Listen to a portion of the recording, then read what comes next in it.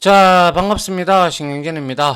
자, 우리가 이제 지난 시간까지 실습을 3강에 걸쳐서 우리가 모듈로 이렇게 분리하는 방법과 그리고 함수를 만드는 방법, 아주 기초적인 함수부터 단계적으로 우리가 함수를 이제 계산기까지 한번 만들어 봄으로써 여러분들이 뭐라고 할까요? 이제 함수에 대해서 어느 정도 아시겠죠, 그죠? 예, 좀 반복을 하시면서 함수는 모든 언어에 다 있습니다. 없는 곳이 없어요. 그거 없으니까 반드시 여러분들이 개념을 이해하시고 그거를 이해가 될 수 있도록 여러분들이 꼭 기억을 해 주시기 부탁드립니다. 그만큼 중요하기 때문에 그런 것이죠. 자, 이번 시간에는 우리가 이제 인수와 매개변수 그리고 반환값, 이미 이 부분에 대해서는 실습 시간 그리고 이전 시간에서도 제가 함수의 구조를 설명드리면서 말씀을 여러분한테 몇 번 얘기를 한 적이 있어요. 그런데 좀 더 디테일하게 다시 한번 더 복귀한다는 생각으로 한번 보시죠. 자, 우리가 인수, 아규먼츠라고도 하고 매개변수, 파라메타, 전부 다 제가 동일한 내용이다라고 말씀을 드렸어요. 그런데 동일한 내용이긴 하나 엄밀하게 우리가 따지면 조금의 차이점은 있어요. 자, 인수, 아규먼츠라고 하는 것은 호출 프로그램에 의해서 함수에 실제로 전달되는 값이다. 즉, 이런 것들이 인수가 되는 거죠. 변수가 들어갈 수도 있고요. 그죠? 그리고 뭐 여러 가지 리터럴이 들어갈 수도 있죠. 그래서 이런 것들을 우리가 인수, 아규먼츠라고도 하고요. 그리고 이거를 함수 선언부에 보면 우리가 매개변수 선언부가 있죠. 그죠? 그래서 이 부분에 요거는 이제 콜 바이 밸류라고 해서 값에 의해서 복사가 되어집니다. 복사가 되어져서 이렇게 누적을 시켜서 리턴을 치죠. 그러면 이 sum이라는 값은 여기에 밸류에 이제 들어가게 되는 것이죠. 이미 잘 알고 있어요. 이제 너무나. 그런데 자, 우리가 이 인수, 즉 아규먼트하고 매개변수, 파라메타 동일한 내용이긴 하나 구체적으로 따지자면 이거다라는 거예요.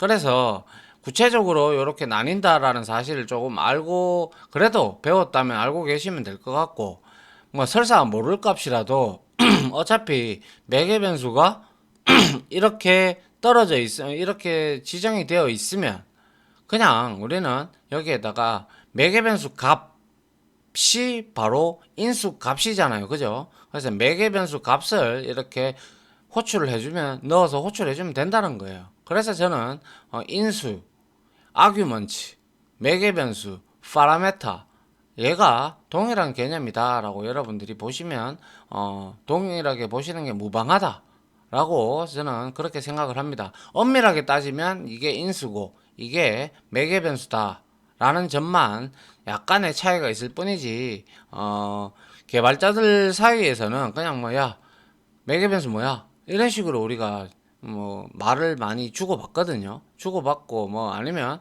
파라메타 뭔데? 아니면 뭐 인수값 왜 돼? 뭐 이런 형태로 우리가 물어본단 말이죠. 그렇기 때문에 그 내용을 네 가지를 잘 알고 계시면서 여러분들이 대화에 참여를 하시면 되겠죠. 그죠? 자, 그렇게 보시면 되고요. 그래서 이 인수값은 뭐 이제 구태여 우리가 이렇게 분리를 해보자면 함수가 호출될 때마다 인수는 달라질 수가 있죠. 매번 달라질 수가 있죠. 왜냐? 변수에 들어가는 값은 매우 다양하다. 그죠? 정수면 1이 들어갈 수도 있고 100이 들어갈 수도 있고 1000이 들어갈 수도 있기 때문에 얘도 역시 변수의 일종이다 보니까 우리는 이 인수, 즉 매개 변수에 복사되는 값이죠. 복사되는 값이 자 이렇게 돼서 인수 값이 하나가 될 수도 있고 뭐 하나가 될 수 있는데 이게 매개 변수가 한 개라면 하나만 돼야 되겠죠. 그죠?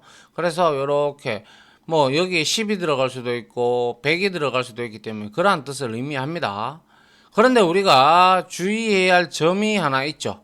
그게 바로 반드시 주의해야 할 점은 매개 변수의 개수는 정확하게 인수값하고 일치해야 된다는 거예요. 일치하지 않으면 우리가 아규먼츠가 틀렸다라고 나오죠. 그죠? 파라메타가 맞지 않다라는 에러를 띄우게 됩니다. 그거는 뭐 이미 우리가 연습을 해봐서 잘 알고 있어요. 이게 두 개냐? 그냥 함수 선언부에서 제가 함수에서 선언부가 중요하다라는 이유가 바로 함수명 알고 여기에 매개 변수가 개수가 몇 개인지만 알면 이 함수가 뭘 하든지 간에 호출해보면 되는 거죠. 그러면 그 함수의 결과가 나오면 아 얘가 대충 뭐 하는 함수다라는 걸 우리가 알 수가 있죠. 물론 함수명을 우리가 알아보기 쉽게 만들어 놓는 것도 권장되는 방법이죠. 그죠? 예.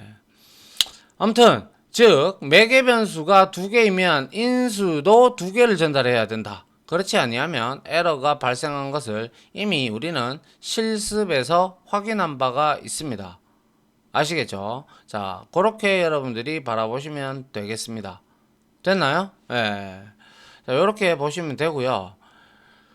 그리고요, 제가, 이런 거를 한번 설명을 좀 드릴게요. 자, 요거를 이렇게 한번 보시죠. 이게 이제 우리가 메모리 중에서 일단은 스택이라고 가정을 합시다. 스택은 우리가 일반적으로 변수들이 선언되는 공간을 의미하는데요. 근데 제가 call by value라고 얘기를 하잖아요. 그죠? 이제 우리가 요 함수 2장의 첫 번째로 나오는 게 이제 참조 변수에 의한 호출이 나올 텐데요. 자, 잘 보시면 스택이라는 구조는 후입 선출입니다. 후입 선출. 그러니까 늦게 들어온 것이 맨 마지막에 튀어나간다라고 해서 여러분들 택시기사 아저씨 이렇게 동전통을 보시게 되면 여기에 처음에 동전이 이렇게 비어 있다. 그죠? 그런데 여기에 이제 동전을 넣는 공간이 이렇게 있으면 아저씨가 이렇게 하나 100원짜리면 100원짜리면 100원짜리 500원짜리면 500원짜리 이렇게 사이즈별로 이렇게 동전을 받는 곳이 있죠. 그러면 여기에 동전을 맨 처음 넣은 게 맨 아래로 가죠. 그죠? 그리고 이거는 그 다음에 두 번째, 그 다음에 세 번째 이런 식으로 쭉쭉쭉 올라가서 마지막에 여기에 쌓였어요. 그럼 더 이상 들어갈 곳은 없다. 그죠? 여기가 입구니까. 그러다 보니까 위로는 뭐 어떻게 돼 있어요? 얘는 위로는 여기에 뚫려 있어요. 그죠? 이렇게 뚫려 있단 말이에요. 뚫려 있으면 어떻게 돼요? 우리가 필요로 아저씨가 만약에 필요로 한다. 돈이 필요로 한다. 잔돈이 필요한다. 그러면 위에서부터 이렇게 꺼내죠. 그죠? 그러면 위에 들어간 놈이 맨 늦게 들어간 거 아니에요. 그죠? 맨 늦게 들어갔기 때문에 위에서부터 이렇게 꺼낸다고 해서 후입 선출이라고 해요. 다른 말로 우리가 LIFO라고 하죠. Last in, first out이라고 해서 후입 선출이라고 합니다. 그래서 얘는 늦게 들어온 사람이 빨리 나간다라는 뜻이잖아요. 그래서 이게 스택과 큐라는 개념인데 스택은 이와 같이 우리가 함수에서도 동일하게 적용이 돼요. 자, 생각을 해봅시다. 자, 예를 들어서 이게 스택이에요. 그런데 우리가 이렇게 쭉 프로그래밍을 실행을 하잖아요. 예를 들면 여기에 실행이 됐어요. 이 부분이 실행이 된다라고 가정을 해봅시다. 그러면 스택이라는 공간 여기에 지금 현재 x의 명으로 이렇게 실행되는 소위 말해서 이런 영역을 우리가 메인 영역이다라고 이제 우리가 바라볼 수가 있을 텐데요. 그러니까 프로그램 실행되면 바로 이제 실행되는 영역이다라고 보시면 되고, 그런데 이 여기에 왔을 때 이걸 실행할 때 getSum을 호출한다. 그죠? 그럼 getSum을 이렇게 지금 현재 getSum은 만들어져 있어요. 그죠? 그러면 getSum이 이렇게 호출이 돼요. 쌓여요. 쌓이고 난 다음에 우리는 어때요? 리턴문을 통해서 호출한 곳으로 값을 돌려줄 수도 있고 돌려주지 않을 수도 있다라고 말씀을 드린 바가 있어요. 그래서 결과론적으로 얘는 이제 getSum을 호출을 하면서, 그죠? getSum을 호출하면서 얘가 getSum이죠. getSum이 됩니다. getSum이라는 함수가 실행이 되는 거예요. 그래서 맨 위에 있는 얘가 실행이 되는 거예요. 그런데 여기에 들어가 보니까 sum하고 for문을 또 돌고 있어요. 근데 여기에 또 range 메서드가 호출이 됐어요. range 함수가, 그죠? 그럼 range 함수가 여기에 쌓여요. 그러면 몇 번 쌓이겠어요? 얘는 한번 쌓이고 이 엔드가 끝날 때까지 쌓이고 없어지고 사라지고 유유히 사라지고 폼은 이거 개썸 또 실행하고 또 한 번 더 불렀을 때 또 쌓이고 이거는 또 이제 없어지고 또 이거 실행되고 이렇게 해서 스타트에서 엔드까지 루프를 돌면서 이 getSum은 자기의 역할을 할 겁니다. 하고 난 다음에 이렇게 어떻게 됐어요? 얘가 지금 맨 밑에 있는 얘는 대기 중이에요. 대기를 타고 있는 거예요. 그래서 결과론적으로 우리는 여기에서 getSum에다가 10을 던졌어요. 그죠? 10을 던졌는데 여기 이 영역에 start와 end라는 값이 여기에 있어요. 예를 들어서 10하고 그래서 제가 뭐 11을 던졌다고 가정을 해보죠. 21을 던졌다고 해보죠.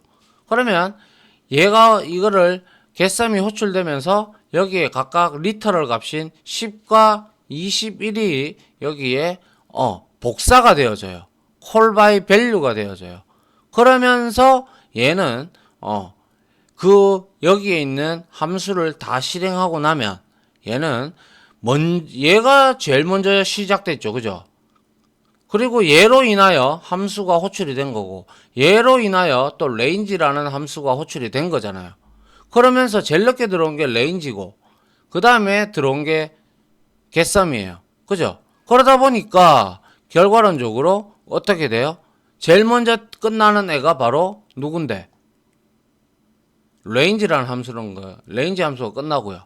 그 다음에 range가 다 돌았어요. 그죠? range가 다 돌았고 여기 누적까지 끝났어. 그걸 리턴 해버렸어. 그러면 얘는 리턴 값이 있으니까 어떻게? 여기에다가 이 결과를 뭐 1에서 10까지 줬다 라고 가정을 한다면 얘는 여기에 55를 리턴을 하면서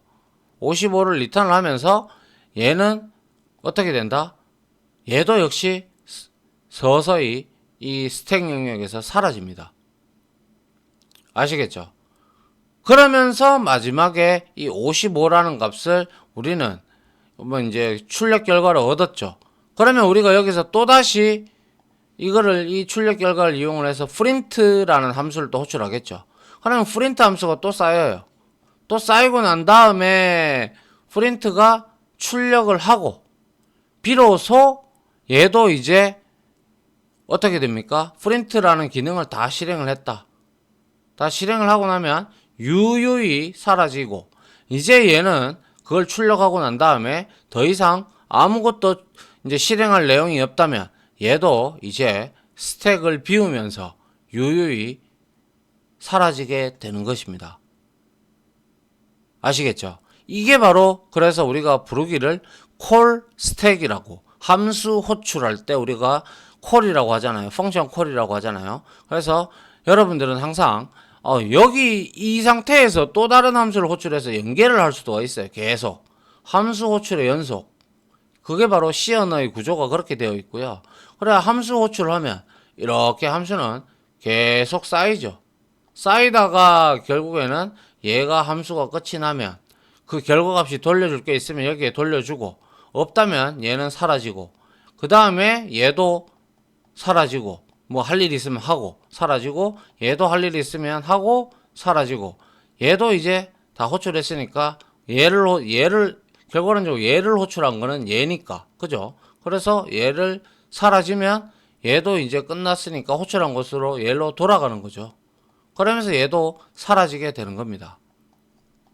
이게 바로 스택이라는 구조예요. 여기에 지금 call by value가 나왔고 이제 나중에 이제 다음 장에서 배울 참조에 의한 호출 같은 경우는 값을 넘기지 아니하고 주소를 넘기는 그러한 형태가 되어서 우리가 호출한 영역에 영향을 미친다라고 얘기를 하는 거예요.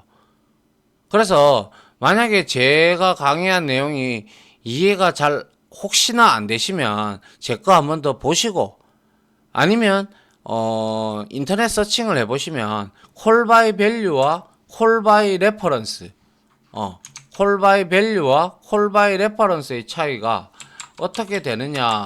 call by value 이거는 C 언어에서 나온 개념인데 call by reference 그죠?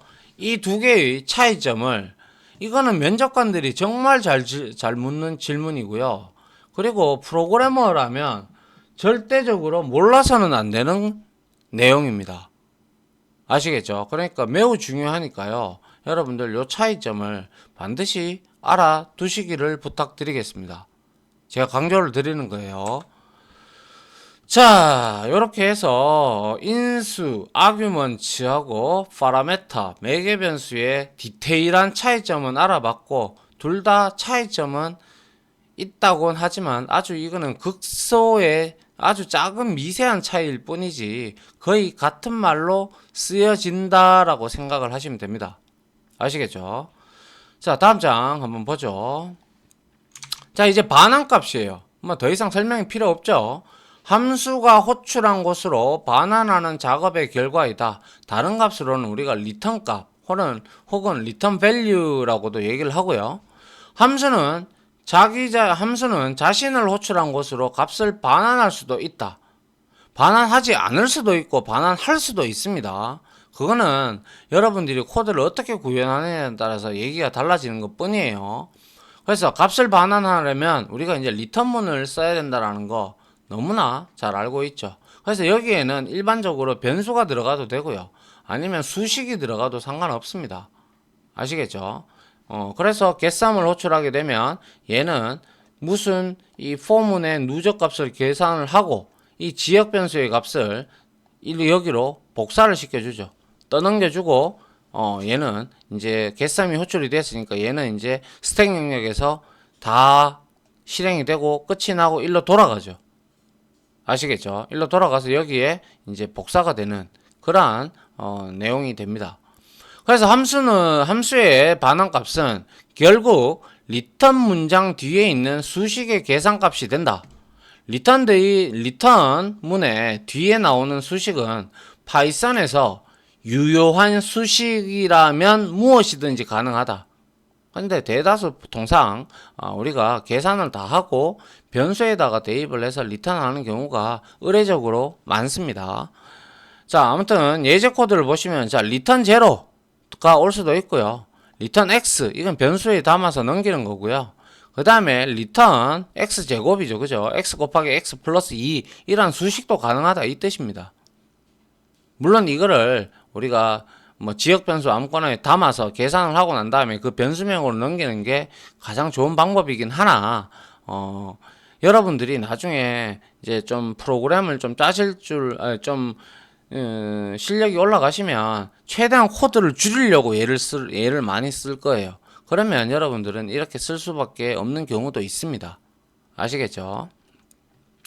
자, 파이썬은 함수가 값을 반환하지 않는 경우, 즉 반환을 안 해요. 함수가 아무 값도. 그럴 때 none이라는 특별한 값을 반환을 한다. 이 none이라는 게 너는 뜻이 뭐냐면 어떤 객체도 참조하지 않는다라는 것을 의미한다라는 거예요. 그래서 다시 말해서 파이썬은 모든 것들이 int도 마찬가지, 스트링도 마찬가지, 뭐 불도 마찬가지 이런 것들이 전부 다 클래스화 되어 있다 보니까 객체를 참조하지 않는다라고 해서 아까 전에 call by value, call by reference 이러한 부분에 있어서 어느 정도 타 언어에 비해서는 그러한 개념이 약간 적용하기에는 조금 약간의 무리는 있을 수는 있겠죠. 왜냐하면 전부 다 엄밀히 따지고 보면 얘는 객체들로 구성이 되어 있다 보니까 그 값들 자체가 뭐예요? 그렇죠. 사용자 정의 메모리 영역인 힙에다가 할당이 되는 그러한 영역을 가지다 보니까 문제가 그걸 완전 100% 정확하게 일치를 시킨다는 것은 문제가 있고요. 뭐 기타 파이썬을 말고 타 언어 같은 경우 뭐 예를 들면 자바나 C 같은 경우는 그렇게 만들어진다라는 거죠. 아시겠죠? 그래서 none이라는 거는 객체의 참조를 받지 않는다. 타 언어에서는 우리가 이런 것들을 이제 null이라는 값으로 대체를 합니다. 근데 파이썬은 none이라고 이제 리턴을 하게 된다라는 그러한 차이점이 있습니다. 알겠죠? null도 참조 변수, 즉 주소를 가지는 참조 변수한테 아무런 값이 없다. 참조할 값이 없다. 그렇게 이렇게 알리는 뭡니까 키워드라고 보시면 되고, 여기에서도 역시 파이썬에서는 none이 그거를 대신한다 라고 여러분들은 생각을 하시면 될 것 같습니다. 알겠죠? 자, 다음 장 한번 볼까요? 이번에는 이제 값을 반환하지 않는 함수, 지금까지 리턴문이 있는 걸 봤다면 값을 반환하지 않는 함수는 더욱더 쉽습니다. 자, 값을 반환하지 않는 함수는, 자, 여러분들이 때에 따라서 프로그래밍을 하시다 보면 어떤 값을 계산하지는 않지만 몇 개의 명령어들로 실행해야 하는 경우가 있다. 이런 예제들을 이미 제가 앞서서 했어요. 기억하십니까? 반복문 할 때 왜 증가, 감소, 증속, 감속, 종료 이래서 무한루프 돌릴 때 우리 한번 해본 적 있죠, 그죠? 그때 그렇게 보기 좋게 출력하는 출력문이 필요할 때, 그럴 때 우리는 그거를 이렇게 보세요. 자, 이때에도 함수를 만들어서 우리가 호출만 해주면 되는데요.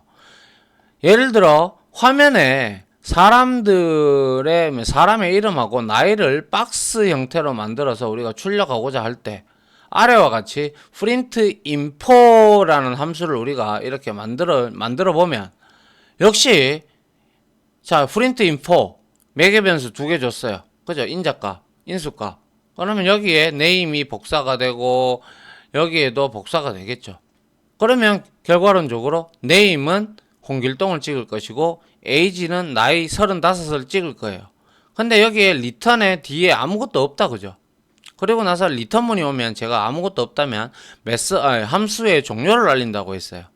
그죠? 그렇기 때문에 자, 우리가 이렇게 되어 있다면 우리가 필요로 하다면 추후에 이제 자, 반복문을 이렇게 우리가 돌린다고 생각해봐요. 10번 출력한다고 생각해봐요.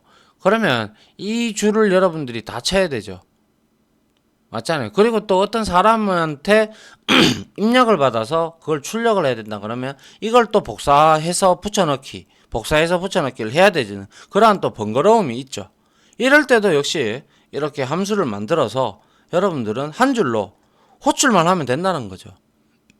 그러면 얼마든지 여러분들이 원하는 결과값을 여기서 이렇게 딱 지정해 놓으면 얼마든지 호출이 가능하다라는 것이죠. 그래서 함수 안에 리턴문 뒤에 아무 내용이 없다면 함수의 종료를 알린다 하여 호출한 곳으로 되돌아가게 되는 형국이 만들어지죠. 이해가 됩니까? 자, 이러한 내용들을 뭐 그렇게 어려운 내용 아니다, 그죠?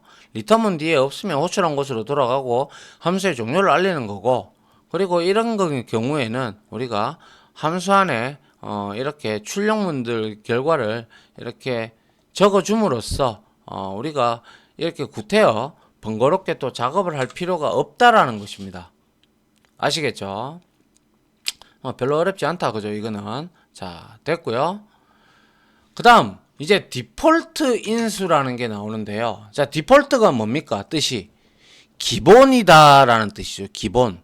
그죠? 그리고 인수는 이제 매개 변수에 들어갈 값을 의미하죠. 그죠? 그렇기 때문에 우리는 디폴트 아규먼트라고도 하고요. 자, 파이썬에서는 참고로 C나 자바에서는 이런 거 허용을 하지 않습니다. 근데 파이썬에서는 함수의 매개 변수가 기본값을 가질 수가 있다. 이것을 디폴트 인수라고 하는데, 예를 들어 보면 아래와 같은 인사를 하는 함수 greet가 있다라고 생각을 하죠. 그러면 여기에 지금 definition 아니면 define 해서 greet를 만들었어요. 근데 여기에 매개 변수 한 개를 줬고 메시지에다가 equal 해놓고 별일 없죠 라고 물음표를 딱 달아놨어요. 스트링 형태로. 그러고 나서 출력을 하는 거예요. 안녕. 여기는 매개 변수로 넘어오겠죠, 그죠? 넘어오고 그 다음에 자, 여기에 요거 쉼표 하나 찍었고요. 그 다음에 msg 이 값이 여기에 들어간다는 거예요. 그러면 이런 걸 호출할 때 우리는 여기에 greet 0이 여기 분명히 매개 변수가 2개나 있는데 여기 하나만 이렇게 호출해도 된다는 거죠. 맞나요? 그래서 이 값이 기본 값으로 사용이 돼서 자, 아무런 값이 들어오지 않는다면 이 값이 디폴트로 사용된다 이 뜻이에요. 그래서 디폴트 인수라고 하는 거예요. 디폴트 매개 변수라고 하는 게 맞겠죠. 어떻게 보면. 그래서 결과값은 안녕, 0이 별일 없죠. 이렇게 출력이 된다라는 거죠. 그래서 위에 MSG의 메시지의 값을 미리 별일 없죠 물음표라고 정해 놓은 것이다. 이런 것을 두고 우리가 디폴트 값, 디폴트 인수, 디폴트 매개 변수라고 칭을 합니다. 그래서 통상적으로 이런 경우는 데이터베이스에서 많이 쓰거든요. 데이터베이스에서도 많이 쓰는데 막 예를 들어서 이런 경우가 있잖아요. 여러분들이 회원가입을 받아요. 회원가입을 받는데 뭐 국적이 어디냐 이런 것들이 있을 수도 있잖아요. 그죠? 그런 게 있다면 웬만하면 우리가 여기 이게 완전 별표로 돼 가지고 무조건 입력을 해야 되는 부분이라면 우리가 해야 되겠지만 이 별표 입력 안 해도 되는 옵션 값이라면 그냥 무시하고 다른 거 필수 입력 항목만 입력을 해서 하는 사람들이 대다수일 거예요. 그렇다라는 것은 여기에 우리가 만약에 예를 들어서 사용자들이 입력을 안 했다. 그러면 우리가 데이터베이스에 저장을 할 때 얘를 대한민국이다. 이런 식으로 우리가 저장해 줄 수 있는 그러한 형태로 우리가 뭡니까? 데이터베이스 언어, SQL 언어에서는 그렇게 쿼리를 짤 수도 있다라는 거예요. 그런데 그러한 부분까지 이 파이썬은 지원을 해주기 때문에 상당히 이런 부분에 있어서는 자바보다 그래도 한층 좀 고급적이다? 뭐 이렇게 조금 더 기능이 더 추가가 됐으니까 좋은 거죠. 그죠? 예. 이게 바로 디폴트 인수였고, 자 마지막으로 자 이론의 마지막 시간인데, 자 마지막으로 키워드 인수를 알아보죠. 이게 디폴트 아규먼트가 아니고요. 죄송합니다. 키워드죠. 제가 이게 또 실수를 했네요. 키워드 아규먼트라고 이렇게 만들어 주도록 하죠. 그래서 이 키워드 인수라고 하는 것은 파이썬에서는 대부분의 인수들을 함수 호출 시에 위치에 의해서 구별이 되죠. 맞잖아요. 그죠? 예를 들자면 파워 1, 10과 파워 11은 다르죠. 10과 1은 다르죠. 왜냐? 얘는 제곱을 구한다라는 거니까 1의 세제곱, 1의 10의 1의 10승을 구할 것이고 얘는 10의 1승을 구할 거예요. 그럼 얘는 1이고 얘는 10일 거예요. 그죠? 결과값도 틀려요. 그래서 이유는 함수 호출은 1과 10은 1의 10제곱값을 구할 것이고 파워 10하고 1을 던져주면 10의 1제곱을 구할 것이기 때문에 얘는 값이 다르게 나오죠. 그런데 우리가 키워드 인수는 인수들 앞에 키워드를 두어 인수들을 구분을 하는 방법을 의미하는데요. 이 뜻이 뭐냐면, 자, 키워드 인수는 함수를 호출할 때 인수의 이름을 명시적으로 지정을 해서 전달하는 방법이다. 자, 예를 들어서 아래와 같이 이렇게 calc라는 세 개의 매개 변수가 있는 이 메서드가, 이 함수가 있다라고 생각을 해보죠. 그러면 이 결과값은 이 세 개를 더해서 리턴을 하고 있어요. 그죠? 그런데 이렇게 우리가 의례적으로 되어 있다면, 자, 물론 위의 함수는 아래와 같이 호출하는 게 정상일 것이다. 예를 들면 우리가 지금까지 배워왔던 대로 10, 20, 30을 주게 되면 10은 X에 들어가고 20은 Y, 얘는 Z에 들어가서 리턴 값은 결국에는 60이 나오겠죠. 그죠? 그럼에도 불구하고 이런 것들은 우리가 10은 X에 전달되고 20은 Y, 30은 Z로 전달이 된다라는 거, 이게 우리가 지금까지 배운 함수의 아주 기본적인 호출 방법입니다. 그죠? 그래서 이러한 방법을 우리가 기본 인수 전달 방식을 위치 인수라고도 합니다. Positional Argument라고 해서. 근데 이런 것까지 여러분들이 외울 필요는 없을 것 같고요. 자, 이렇게 이렇게 우리가 정의를 했다면 이렇게 호출하는 게 맞아요. 이게 대다수 80-90% 이렇게 95% 이상 이렇게 써요. 그런데 때에 따라서 우리가 이런 경우도 있다라는 것이죠. 하지만 아래와 같이 매개 변수 이름에 직접 값을 대입을 하여서도 전달할 수가 있다. 이 방법의 장점은 인수의 위치가 매개 변수의 위치와 달라도 된다라는 것이다. 즉 다시 말해서 이거예요. 이렇게 호출하는 거와 이렇게 호출하는 거는 일단 동일하죠. 그죠? x에다가 10을 할당하고 y에다가 20, z에다가 30을 할당을 했으니까 괜찮아요. 근데 이것도 허용한다는 거죠. 왜? 앞에 키워드가 매개 변수의 명이 이렇게 딱 정해져 있으니까. 그죠? 그렇게 되면 얘는 첫 번째 왔지만 y 값에다가 20을 두 번째 여기 있는 여기에다가 20을 명명을 시켜서 할당을 시켜버리고 호출하는 거예요. 그죠? 그래서 키워드 인수를 사용할 때는 인수들이 어떤 순서로 전달되어도 상관이 없어요. Z라고 명명하고 얘가 앞으로 나와도 상관없다라는 거예요. 그런데 참고로 말씀드리자면 이런 방법은